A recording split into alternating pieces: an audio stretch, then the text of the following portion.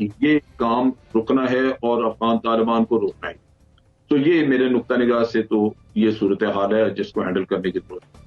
دیکھیں، ایک تو بڑے احترام سے سب کہتے ہیں جی پاکستان کے آئین اور قانون کے تحت مذاکرات ہونے چاہیے. آپ جا کر خوست میں مذاکرات کرتے ہیں جہاں پر پاکستان کا آئین اور قانون لاگو ہی نہیں ہے. کسی خود مختار ریاست کو یہ زیب دیتا ہے کہ وہ اپنے دہشت گردوں کے ساتھ جا کر ایک تھرڈ کنٹری میں بات کرے. بھئی اگر قطر میں دوحہ میں وہ افغان طالبان سے امریکن بات کرتے تھے تو افغان طالبان کی ایک لیگل اینٹیٹی تھی، ان کی اس ملک میں حکومت تھی جو امریکہ نے چھینی ہوئی تھی. یہاں ٹی ٹی پی کی حکومت ہم نے چھینی ہوئی ہے جو ہم خوست میں بیٹھ کے ان سے مذاکرات کر رہے تھے. مجھے تو سمجھ نہیں آتی کہ یہ کیسی خود مختاری ہے کہ ہم جا کر ایک تھرڈ کنٹری میں بیٹھ کے ان کے ساتھ مذاکرات کر رہے ہیں اور پھر بڑے آرام سے کہہ رہے ہیں آئین اور قانون کے تحت ہو رہا ہے سارا کچھ. بھئی جہاں آپ کا آئین اور قانون لاگو ہی نہیں وہاں مذاکرات کس بات کے کر رہے ہیں آپ. دوسری بات یہ ہے کہ جس نے مذاکرات کرنی ہے پاکستان کے اندر بیٹھ کے کرے. اگر وہاں سیف ہیون میں بیٹھ کے مذاکرات کرنی ہے تو وہ کیا مذاکرات ہے؟ وہ یہی ہے کہ آج بھی انہوں نے ہمارے فوجیوں کو ٹارگٹ کیا ہے، پولیو ورکرز کو ٹارگٹ کر رہے ہیں. ہم نے 1 مہینہ ان کو کنسالیڈیٹ ہونے کا ٹائم دیا، انہوں نے ری گروپ کیا، ری اسٹرینتھن کیا اور اب وہ 3 دن سے ہم پر حملے کر رہے ہیں. کسی بھی خود مختار ملک کے لیے یہ کوئی باعث عزت بات نہیں ہے کہ وہ کسی تیسرے ملک میں بیٹھے اپنے دہشت گردوں کے ساتھ مذاکرات کر رہا ہو. یہاں تو آپ میں ہمت ہے تو آپ خوست میں سرجیکل سٹرائک کریں اور ان کو تباہ و برباد کر دیں تو ہم مانیں کہ ٹھیک ہے جی آپ نے سرجیکل سٹرائک کیا، آپ میں بڑی ہمت تھی، حکومت میں بڑی ول تھی. اگر ہم نے طالبان سے بھی وہی حاصل کرنا ہے جو اشرف غنی سے حاصل کر رہے تھے تو میرے لیے تو اشرف غنی اور طالبان ایک جیسے ہیں، کیونکہ اس کے دور میں بھی وہ افغانستان ان کا سیف ہیون تھا، آج بھی افغانستان ان کا سیف ہیون ہے. میرے لیے تو اشرف غنی کے دور میں بھی وہاں سے لوگ آ کر میرے فوجیوں کو، میرے پولیو ورکرز کو ٹارگٹ کرتے تھے، گزشتہ 3 دنوں سے بھی کر رہے ہیں. یہ فینس ہم نے کس لیے لگائی ہے اربوں روپے کی؟ یہ باڑ اگر لوگوں نے اسی طرح آنا جانا ہے، یہ باڑ پہ جو حکومت پاکستان کا میرا پیسہ لگا ہے اس کی افادیت بھی تو ہمیں سمجھ آنی چاہیے کہ اگر دہشت گردی ختم نہیں ہو رہی. پھر دوسری بات یہ ہے کہ ان کا ٹویٹر اکاؤنٹ آپ فالو تو کریں، ٹی ٹی پی کا، ان کے ترجمان کا. وہ تو آئی ایس پی آر سے زیادہ اپڈیٹس دے رہا ہے. ان کا ٹویٹر اکاؤنٹ تو نہیں بند ہوتا، یہاں کشمیر پر ایک پوسٹ لگا دے تو بند ہو جاتا ہے. اسی کے ساتھ ساتھ حکومت کی پولیٹیکل ول کیا ہے مجھے تو سمجھ نہیں آتی. سرنڈر کرنے کی پولیٹیکل ول ہے. آپ یہ کیوں کہتے ہیں کہ جی چھوٹے موٹے جرائم میں جو ملوث ہیں ان کو چھوڑ دیں گے؟ کس آئین اور قانون نے آپ کو یہ اختیار دیا ہے کہ آپ چھوٹے موٹے جرائم کے مجرم کو بھی چھوڑیں؟ یہ کام عدالتوں کا ہے، وہ سزا دیں یا بری کریں. کس حکومت کے پاس یہ اختیار ہے کہ وہ چھوٹے مجرم کو یا بڑے مجرم کو چھوڑ دے؟ کسی حکومت کے پاس یہ اختیار نہیں ہوتا، کسی ادارے کے پاس یہ اختیار نہیں ہوتا.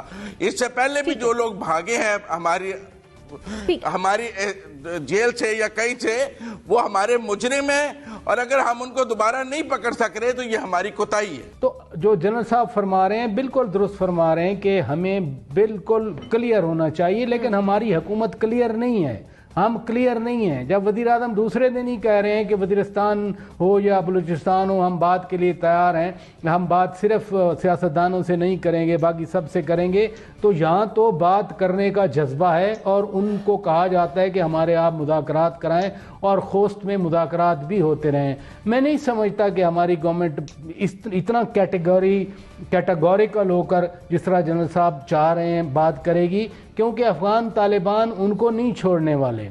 جب اشرف غنی کی گورنمنٹ تھی یا اس سے پہلے کرزئی صاحب کی گورنمنٹ تھی اور یہ ہماری طرف سے بھاگے ہوئے ٹی ٹی پی والے ان علاقوں میں رہتے تھے جہاں افغان گورنمنٹ کی تو رٹ نہیں تھی لیکن طالبان کی رٹ تھی، افغان طالبان کی، تو ان کو ریفیوج ملی ہوئی تھی، ان کی پناہ گاہیں تھیں، یہ وہاں رہتے تھے، ان کی گروپنگ تھی. اب جب کہ آکیوپیشن فورسز چلی گئیں، یہی سب سے بڑا جہاد کا ایک لاجک تھا افغان طالبان کا کہ ہمارے اوپر قبضہ ہے اور وہ درست اپنی طرف سے اپنی آزادی کے لیے جنگ لڑ رہے تھے. اور یہ جو ٹی ٹی پی والے ہیں ان کے پاس بھی یہی پریٹیکسٹ تھا کہ چونکہ پاکستان کی ریاست امریکی اتحادی بن کے مسلمانوں کے خلاف ساتھ دے رہی ہے، اب تو نہ لاجک وہاں افغان طالبان کے پاس رہ گیا نہ ٹی ٹی پی کے پاس رہ گیا، تو پھر افغان طالبان ان کو کیوں ریفیوج دے کے بیٹھے ہوئے ہیں؟ یہ سب سے بڑا سوال ہے. صدیقی صاحب، ہم نے ٹی ٹی پی سے مذاکرات کیا، آپ کے خیال میں کیا یہ ہمارا ذاتی فیصلہ تھا یا پھر کسی کی خواہش جیسے افغان طالبان یا پھر چائنا؟